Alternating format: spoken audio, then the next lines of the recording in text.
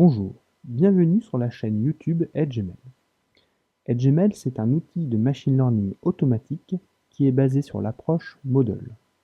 Je vous propose une série de 4 vidéos qui est dédiée aux data scientists où je vais expliquer les particularités mathématiques de l'approche Model. Ensuite, d'autres vidéos suivront où j'expliquerai le fonctionnement simple de la librairie EdgeML et où je présenterai des cas d'usage métiers. Aujourd'hui, je vous propose une introduction au machine learning automatique. Le machine learning habituel, c'est un processus qui est en partie manuel. Donc, tout d'abord, l'entreprise doit disposer de données et de moyens de calcul. Ensuite, le data scientist est là pour comprendre les besoins métiers et y répondre par des modèles prédictifs. Dans tout projet de machine learning, il y a 2 étapes qui prennent beaucoup de temps et qui représentent donc un coût important. C'est le nettoyage et la préparation des données et l'optimisation du modèle. L'objectif de l'AutoML est de remplacer le data scientist pour les tâches répétitives. L'AutoML peut s'appliquer au cas simple, c'est-à-dire au cas où le modèle est bien identifié, lorsqu'il s'agit par exemple d'un classifieur ou d'un modèle de régression, et lorsque les données sont simples, par exemple des données tabulaires. Mais là où on aura toujours besoin d'un data scientist, c'est quand le besoin métier est complexe et lorsqu'on doit assembler des méthodes de machine learning pour y répondre. Il y a également le cas des données non structurées qui est un petit peu plus complexe à automatiser, comme par exemple les graphes, le multitable, les images ou le texte. Voici le plan de la présentation. Je vais faire un petit rappel sur le machine learning et je vais surtout souligner 2 limites du machine learning classique. Ensuite, je vous parlerai des approches standards d'AutoML. Enfin, je vous présenterai la particularité d'EdgeML qui propose une véritable rupture. Si on les regarde avec beaucoup de recul, tous les algorithmes d'apprentissage fonctionnent de la même façon. Il s'agit d'exploiter l'erreur que commet le modèle sur chaque exemple d'apprentissage pour ajuster les paramètres internes du modèle. Mais il y a en réalité 2 types de paramètres.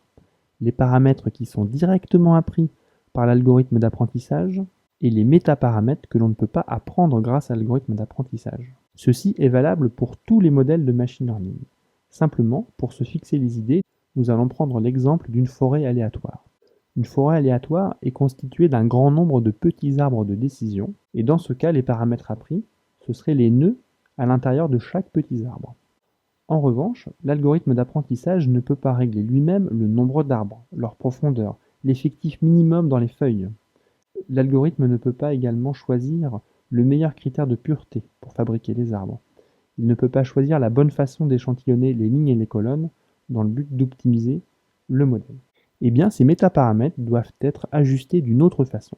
Et c'est ce qu'on appelle une optimisation sur une grille de paramètres, ou en anglais, grid search. Donc le principe du grid search, c'est de choisir à l'avance, avant l'optimisation, un ensemble de valeurs pour chacun des paramètres. Donc reprenons notre exemple d'une forêt aléatoire, et on va supposer qu'on n'a que 2 métaparamètres à régler.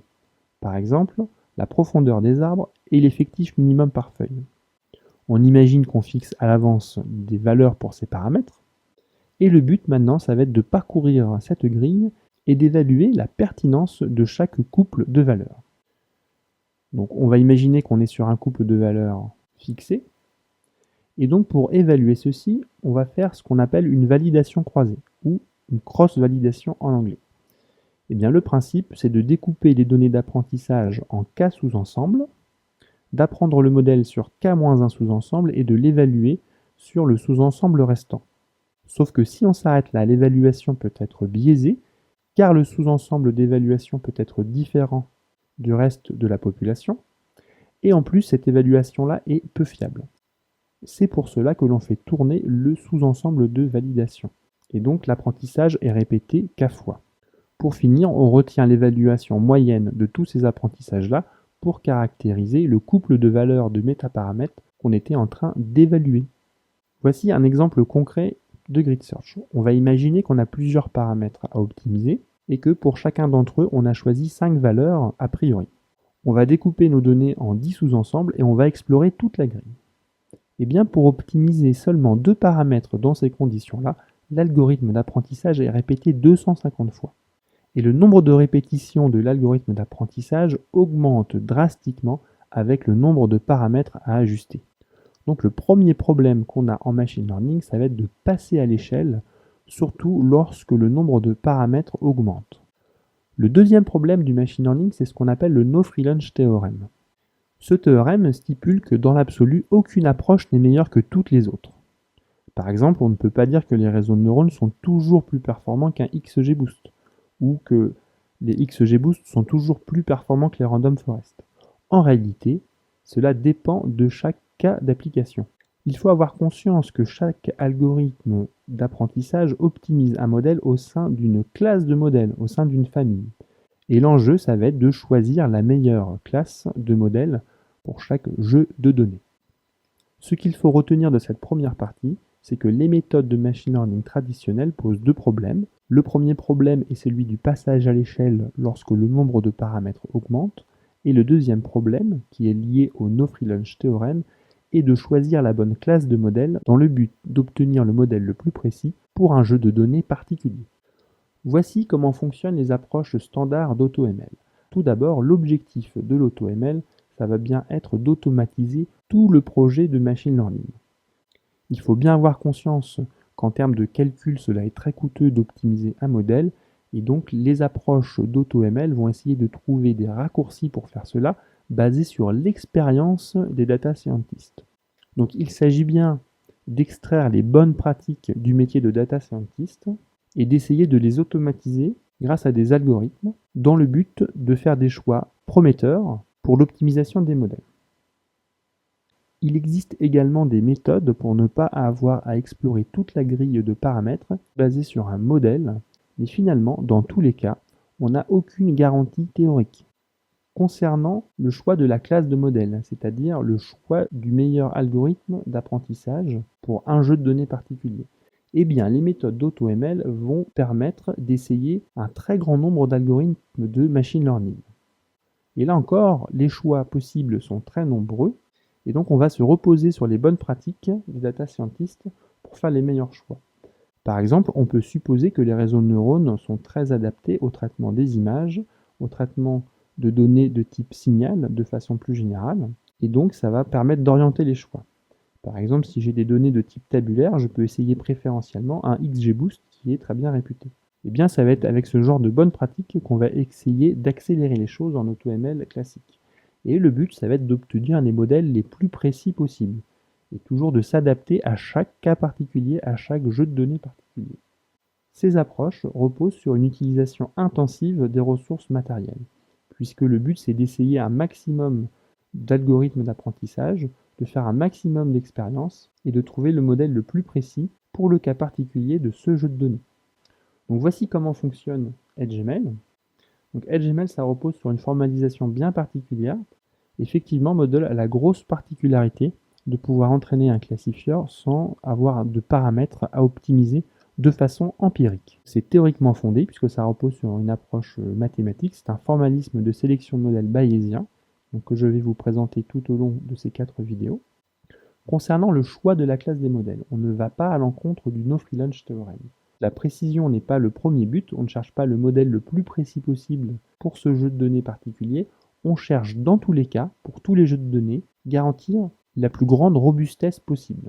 On n'aura jamais de mauvaises surprises sur l'utilisation des modèles qu'on a entraînés sur des données qu'on n'a jamais vues.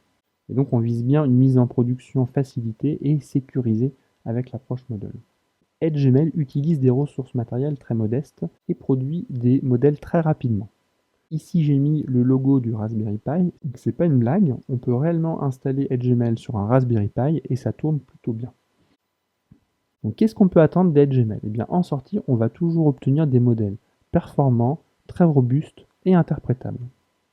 Alors, les classifieurs appris sont relativement performants. En général, on peut comparer leur précision à celle d'une random forest qui aurait été bien ajustée. Par contre, en termes de robustesse, il n'y a pas d'équivalent dans l'état de l'art. Les modèles qui sont produits par EdgeML sont très robustes. Il y a toujours très peu d'écart de performance entre les données d'apprentissage et les données de déploiement. C'est très pratique pour une entreprise, puisque lorsqu'on met en place un modèle, on sait que sa durée de vie va être maximale, puisqu'il ne sera très peu sensible aux petits changements qu'il y a à l'intérieur des données. Enfin, ce sont des modèles qui sont très simples à mettre en œuvre et surtout à comprendre. Donc ça facilite beaucoup l'interaction avec les métiers, le fait de pouvoir les interpréter facilement. Voilà, donc vous l'aurez compris, avec Edgemail, on vise un traitement entièrement automatisé et surtout une mise en production des modèles simplifiés et sécurisés. Donc pour conclure, voici le contenu des prochaines vidéos. Ces 3 étapes symbolisent le pipe automatisé de machine learning qui est implémenté dans Edgemail. Tout au long de ce processus, il y a du modèle à tous les étages. Donc la préparation de données consiste à discrétiser les variables numériques mais de façon supervisée, c'est-à-dire en fonction de la cible à prévoir. Et pour les variables catégorielles, on va faire des modèles de regroupement de modalités, et toujours de façon supervisée. Donc ces 2 points-là, ça fera l'objet de la prochaine vidéo. Donc après ce pré-traitement univarié, eh bien, on rassemble ces résultats intermédiaires pour faire un traitement multivarié. Les valeurs de toutes les variables explicatives seront prises en compte conjointement dans le but de construire un modèle. On va être capable de sélectionner des variables, notamment grâce au Selective Naive Bayes et également grâce au moyen-âge de modèles. En gros, ces 2 étapes-là consistent à améliorer très significativement des modèles de la famille des Naive Bayes et à créer un algorithme qui passe bien à l'échelle également quand le nombre de variables augmente beaucoup puisqu'on va être capable de les sélectionner. Ces 2 points feront l'objet de la vidéo numéro 3. Et puis nous allons revenir en fait à l'étape de préparation de données dans la 3e vidéo et donc nous allons pouvoir traiter des variables séquentielles, par exemple du texte qui est une suite de mots. C'est par exemple des sessions web qui est une suite de pages visitées par chaque utilisateur et on va être capable d'extraire des sous-séquences toujours pour caractériser la classe et toujours de façon très robuste puisque on le fait avec l'approche model. Merci d'avoir suivi cette première vidéo d'introduction et je vous retrouve pour les 3 prochaines vidéos qui sont absolument à regarder dans l'ordre et qui vont donc présenter tous les aspects mathématiques de Model. Merci.